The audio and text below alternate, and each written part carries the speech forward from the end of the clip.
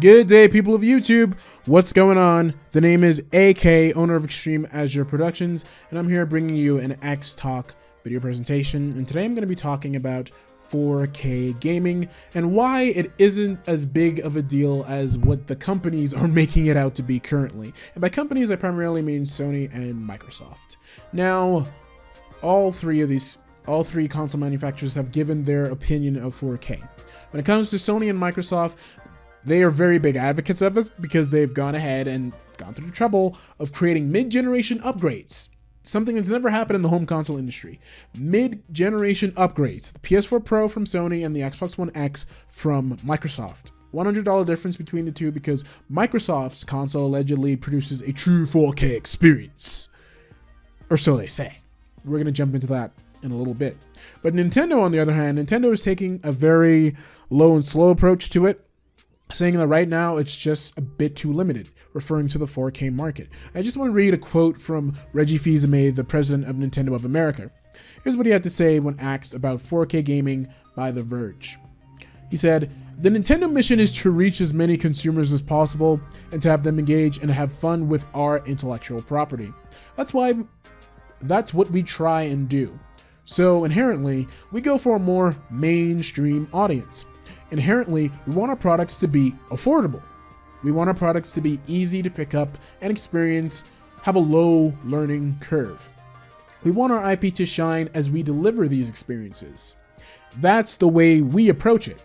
And so what that means is a sweet spot of $300 for the Nintendo Switch, going against a more limited consumer pool," he's referring to PS4 Pro and Xbox One X, "a higher price point requiring investments in other ways, 4K TVs, what have you.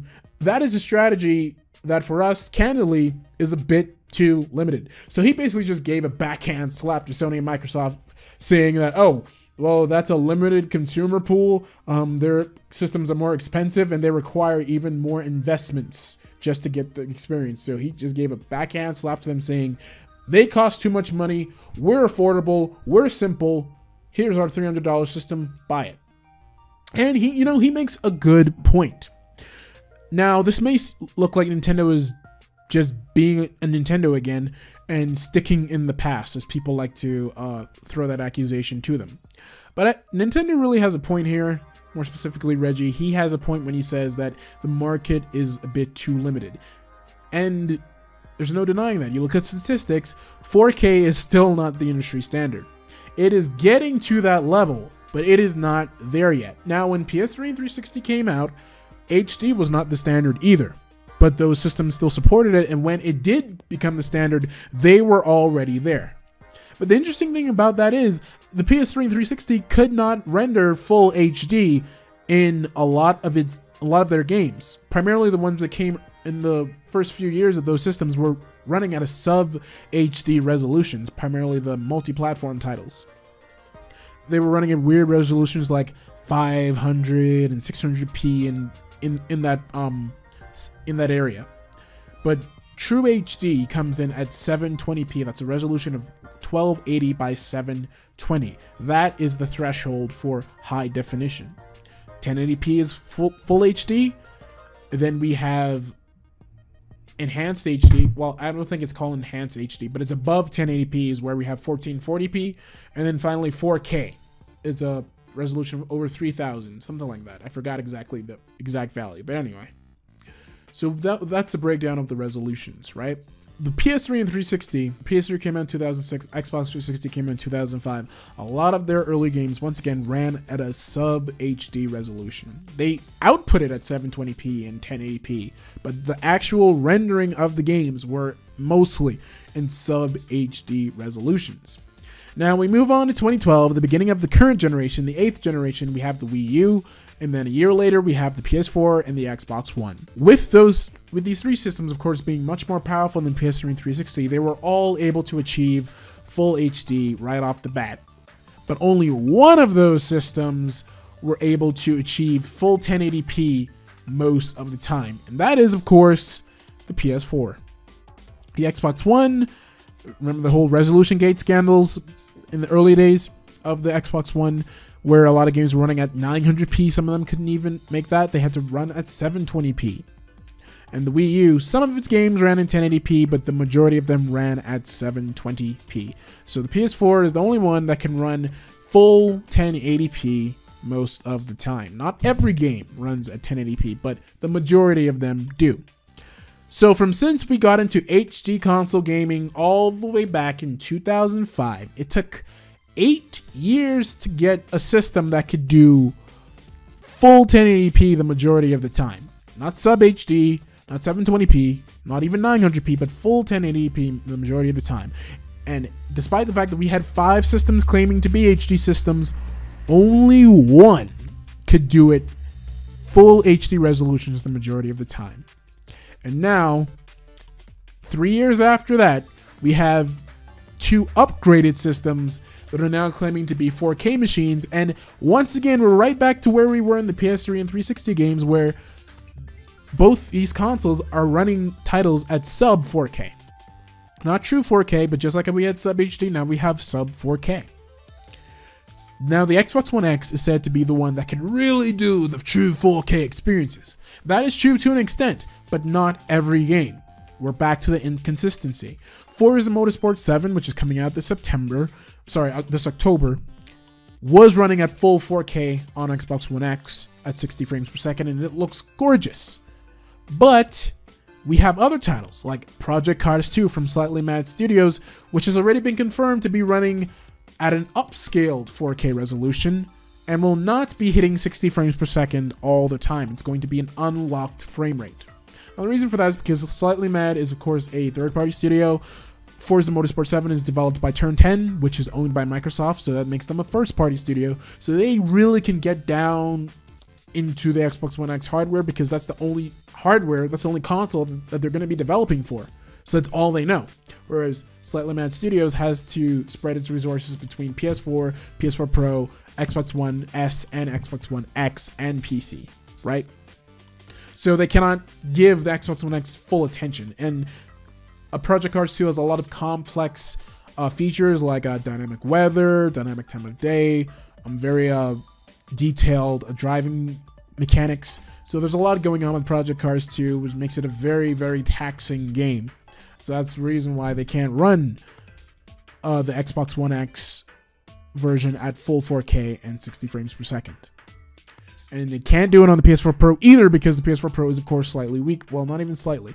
It is considerably weaker than the Xbox One X. So despite the fact that both the PS4 Pro and the Xbox One X claim to be 4K machines, in the majority of cases you will have these games are running at upscaled, or as they say, checkerboarded 4K resolutions, which isn't bad. It's certainly not as bad as trying to run something that's rendered at like 540p on the PS3 on a 1080p 60-inch display. It's not going to look that bad, but it's still not going to look as good as true 4K. And speaking of looking as good as true 4K, you really only get that true benefit from it on a super big display, something like a movie theater screen, or a screen that you'd see out of like a concert or an arena. Those really big displays meant to be viewed by hundreds and thousands of people at the same time. That is where the 4K resolution really shines, because you're taking a big image and spreading it out on an equally big display. As we know, if you take any image, whether it be a game, a movie, or just a picture, if you take anything that's rendered on a very small resolution, like 480p or 720p, for example, and then try and expand it to a big display, like a 50 or 60 or more inch display, it's not going to look very good. Even if you just take a simple picture, like take a picture that's rendered at like 300 pixels and try and expand that to a 1080p display, a 1920 by 1080 display. That's going to look terrible. It's going to look terrible, because anytime you take a small image and try and expand it, it loses a lot of detail along the way. That's why a lot of Wii games, since the max resolution they could be rendered at is 480p, that's why if you take a Wii game, run it on a, let's say a 20-inch TV, it looks okay. But run that same game on a 60-inch TV and it looks, wow, like what is that? It's all fuzzy and it does not look good. So that is the dilemma that we're dealing with here with 4K, is where do you get those visual benefits? And like I said, you really get it on a big display. But when you're talking about the standard size of a TV, like between 40 and 60 inches, you can kind of see it, but that's only if you're close enough. Like if you're close to the TV, and you shouldn't be, but if you're close to the TV, then you will see the extra sharpness. But if you're far away from the TV, like a good few feet away, then it's going to look almost similar to 1080p. Another benefit of 4K is on smaller displays like tablets and smartphones, because it's going to make the text on the screen look really crisp. It's really going to, colors are going to burst, and it's going to look very good on a small display.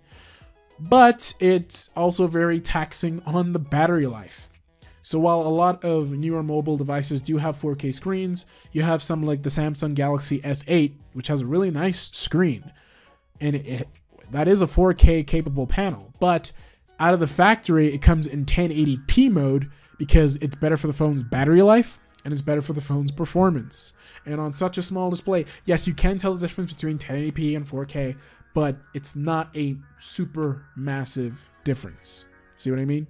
So when it comes down to diminishing returns, that's what we're seeing here with 4K.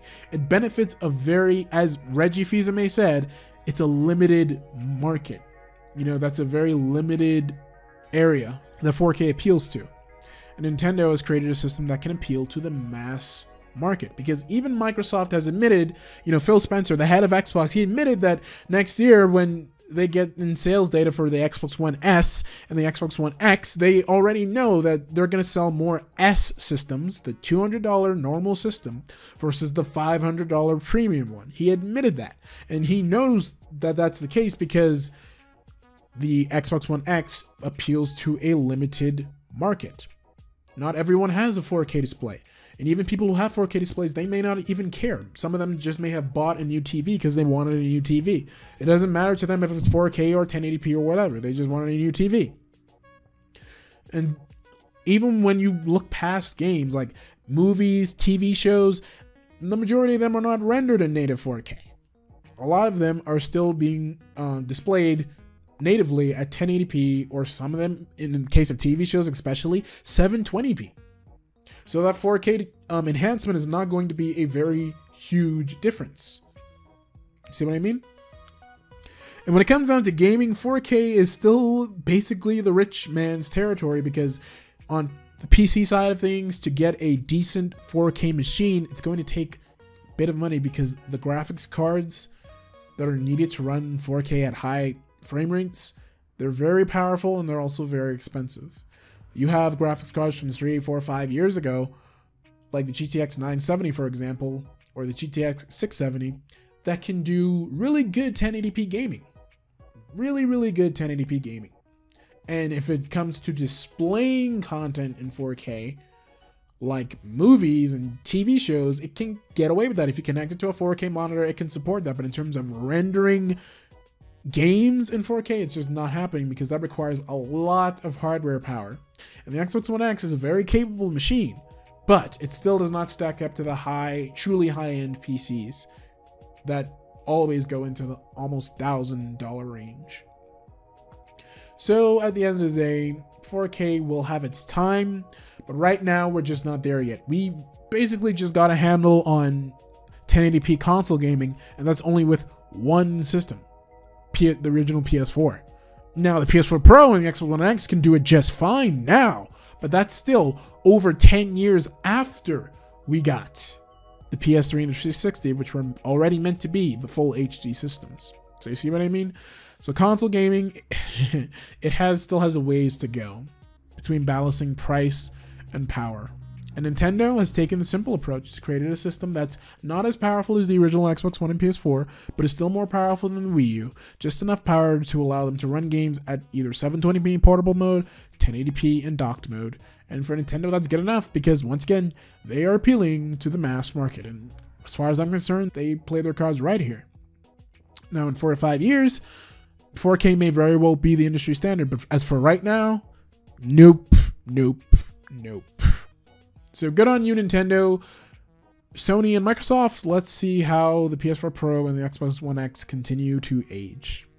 Until next time, guys, hope you enjoyed the video, and I will see you later.